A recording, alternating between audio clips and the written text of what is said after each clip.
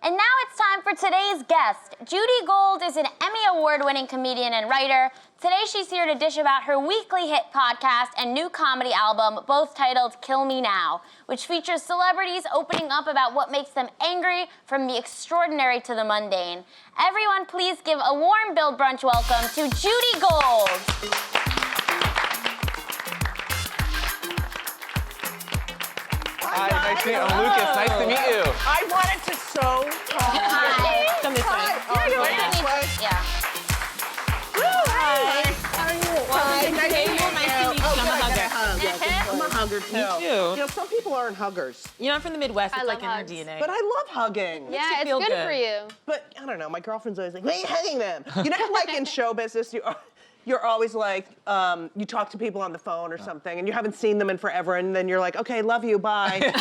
Yeah. And my girlfriend's always like, "Why do you people always say?" And it's like, because we spend such like I agree. tight amount of time, like, and it's so intense, you know, that you do kind of love them. And I then, know. you I hugged each of them this morning. I was like, I missed you. Right, you had off, Yeah, right? I know. Yeah. 2 weeks. I really wanted to be here for the Golden Globes thing. Well, what no, did- what'd you pick? Tell us. We want Tell your us what you opinions. think. Well, okay, so I listened to all of your opinions. Yeah. I have to say, the non-edginess of the jokes really is not my style. Yeah. Fair. Right. You know, I feel like comics are taking such crap right now. We're the truth tellers. We get shit on like it's, you know, and people don't listen to the intent of the joke. They just, oh, that word triggers me, or that, oh, they're saying this, when we're really not. We're just, you know, making a joke. So I kind of miss that sort of edginess of Ricky Gervais. I think that's of, fair. You know, of just saying this is all such bullshit. Because Yeah, I agree with that. is, You need someone to call it. like, Like come on, this. those overly surprised faces every Right. time someone. That's what I'm saying. I couldn't take it. It was like, Oh, yeah. Oh, like you didn't prepare a speech. Yeah. Like you weren't in the bathroom going. right. Like Lady Gaga's rehearsed that moment for like the past 10 years. Even Like, Glenn come on. Close's speech deserved an Oscar. I was Right. like, she was so. You're But Glenn you know Close. what? I worked with Glenn Close. I know Yeah. Glenn, and she's amazing. Yeah. And I think that because that character Right. really made her think of her mother Yeah. and women of her generation. Like, you guys are lucky. You're young and you're in this new wave of like, please, Me Too times up, you know? But I feel like that character really was so intense for her because it did remind her of women of her generation and her mother. And when she said, you know, women should be able to say, I want to do that and I should be able to do that. That really, I agree. I love you know, this Super speech. powerful. Glenn Close 2020. That's what I'm saying now. Oh, she's amazing. Oprah last year, Glenn Close this Yeah. year. Who knows? Anybody 2020. yeah, I think we need someone, you know, who knows the Constitution. Yeah, of course. You know? Oh man. So tell us a little about Kill Me Now and how you started with that, like your inspiration. Well, you know, everyone had been saying to me, do a podcast. And I have a lot of famous friends. And I was like, how's my podcast gonna be? You know, everyone has a podcast. And I'm known for being a little angry. Like things, like the stupidest things piss me off. And about 12,000 times a day, I'm like, kill me now, I can't take it.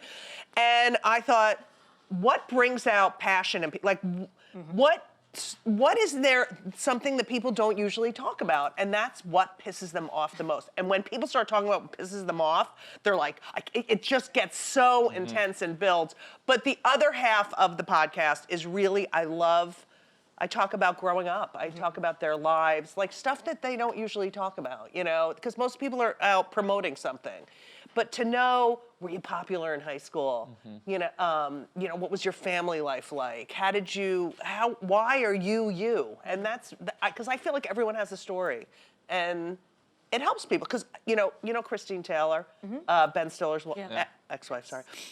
But an actress in her own right, she came on and she was so popular in high school, and we were just talking about this because I was so unpopular, you know. And she's like, how is this? This is not, you know, no one's going to be interested. And people loved it because, you know, we never really leave high school. Like never. the Golden Globes, high school, Right. showbiz, everything is high school. You work in an office, it's like, this is the popular people, these are the assholes, you know? Always. It's just, yeah, so it's stuff that you normally wouldn't talk about or know about a person. I find fascinating. Is that why, do you think that anger is relatable for most of your listeners? I mean. I think that and as Joan used to say all the time, I say the things that people are thinking. She always said that. I've always said that about myself.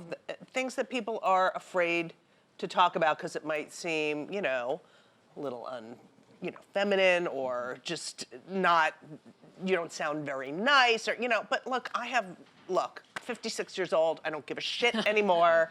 No, everyone said whatever the hell they want. Like, I've heard it all, I've been humiliated, It's like, let's get stuff out in the open, and I don't know, I feel like that's who I am. I do get annoyed over little things, especially incompetence and, I think your anger is relatable. Yeah. I was listening to the most recent episode and you talked about being on the train and your knee hurt, so you sort of were leaning against the pole. That fucking and guy. And the way you went off in the podcast, I was dying laughing because people are jerks on the train. Oh my God, I was holding on to the thing and this guy's like, oh, you're gonna lean over me? What? Well, you know what? I'll get up and you can sit, and then continues to badger me. I'm like doing the crossword puzzle on my phone.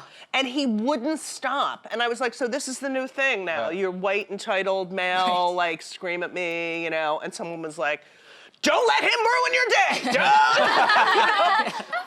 But it's like, people are really angry now, and I think because of what's going on in this country, I think people are so agitated. Yeah. You mentioned what's going on in our country, and you started this podcast in 2015. Yeah. So how has your podcast changed because of the political climate and the things we're seeing in media? Well, it's, initially we weren't talking about Orange, all the time, but it is every fucking day, another thing. And I think that it's interesting because I really am not a fan, but there's good things that have happened. I think people are more civic-minded. I think people know more about politics now.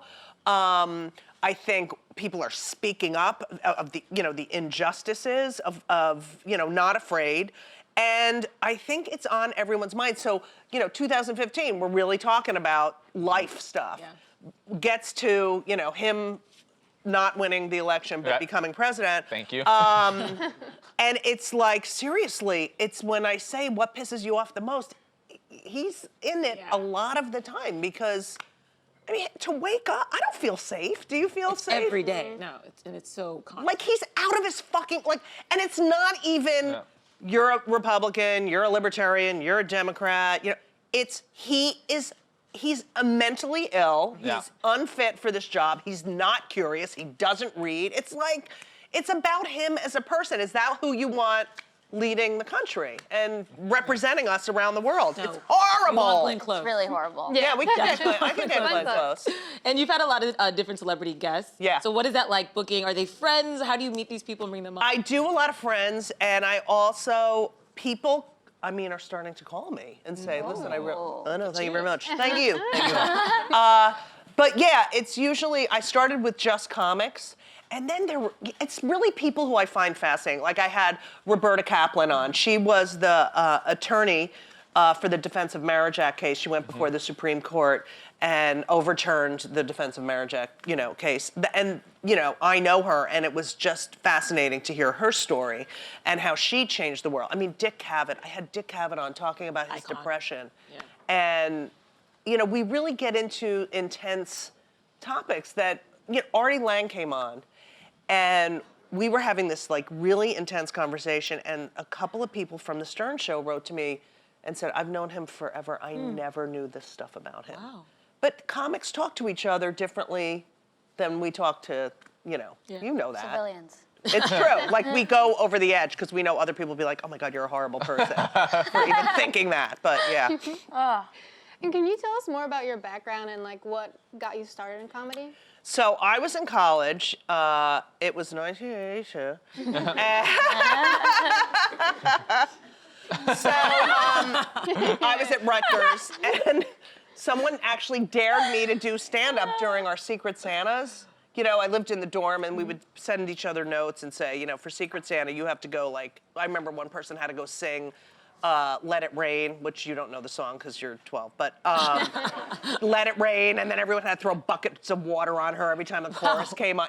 So my Secret Santa says to me, you're gonna do stand-up, and you're gonna use everyone who lives on the floor as, fodder for your material. And I was like, I took it so seriously. And I swear to God, after I got my first laugh, it was like I had an out-of-body experience. You know that. You get it's like, you're like, oh my God, this is the most, I got a high that I had never gotten from any drugs or anything, And it's an amazing feeling to make an audience laugh, And I just started going, like, look, this was the 80s and it was the comedy boom. You could get so much stage time. There were so many clubs. I used to go down to Wall Street and do a happy hour. You know those street fairs they used to have a stage set up and you could go, the key to being a great comic, stage time and honesty. And you also have your comedy album also titled Kill Me Now. I know, and my publicist yelled at me, you can't have the name of the podcast and the comedy album the same thing. So I like it, consistency. This is, that's the album, Kill Me Now. I recorded it last year. It just came out in December. And this is, have you seen these? No. Like instead of making CDs or albums, they make these drop cards and then you sign them, you're like, hey, and then you get your own code. Right. That's so cool. So it's like buying a CD, but you get your own code. And this is like my 70s. Yeah, I love that. You know what I mean? Love it. Like we were doing headshots and he's like, let me pull your hair out. And I just love it. Yeah.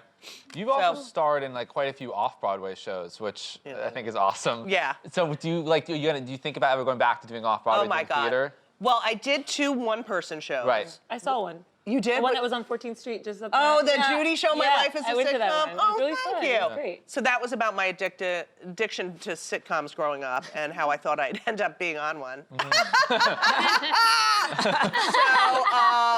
And then I did one before that, 25 Questions for a Jewish Mother, where my writing partner, Kate Moira Ryan, not Jewish, but we traveled all around the country interviewing Jewish mothers to find out if the stereotype was real. Yeah. And they actually ended up pretty much changing my life, their stories. Wow. So I did those 2. And then, I've been cast. Right. Clinton the Musical, Disaster the Musical. I did the Vagina Mogs. I did Love, Loss, and What I Wore. Can I just do a Broadway show, please? Yeah. Oh, we would love to. Which one? Speak it into existence. I know. Yes, I want to do a Broadway show. Your version of Hamilton, whatever that is. Yeah, but I can't dance. We don't need to dance. You just stand there. Yeah, I want to do a play. Shut up. I want to do a really good. This is my goal. Should I put it out there? Yeah, put it out there. I want you to speak. This is since I've started doing. I never will stop doing stand-up.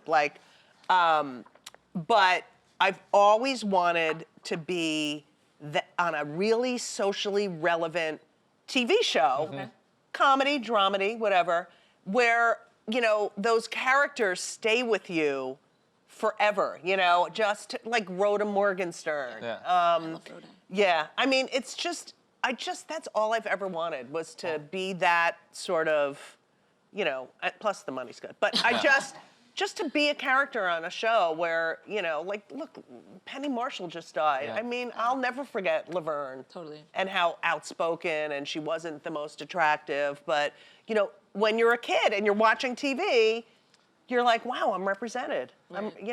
We do make dreams come true on Bill Brunch. You do? We'll call you when we get your show in the works. But can you tease us any more episodes? I hate you. We have a lot. Give me a buzz when we get that show. We have a lot of you from the Philippines watch our show, so maybe we can do a show in the Philippines. Hi, Philippines. Yeah, you may become a huge star there. Thank you. We're big celebrities. Can you tease us any future episodes of Kill Me Now for the podcast? Well, I do them.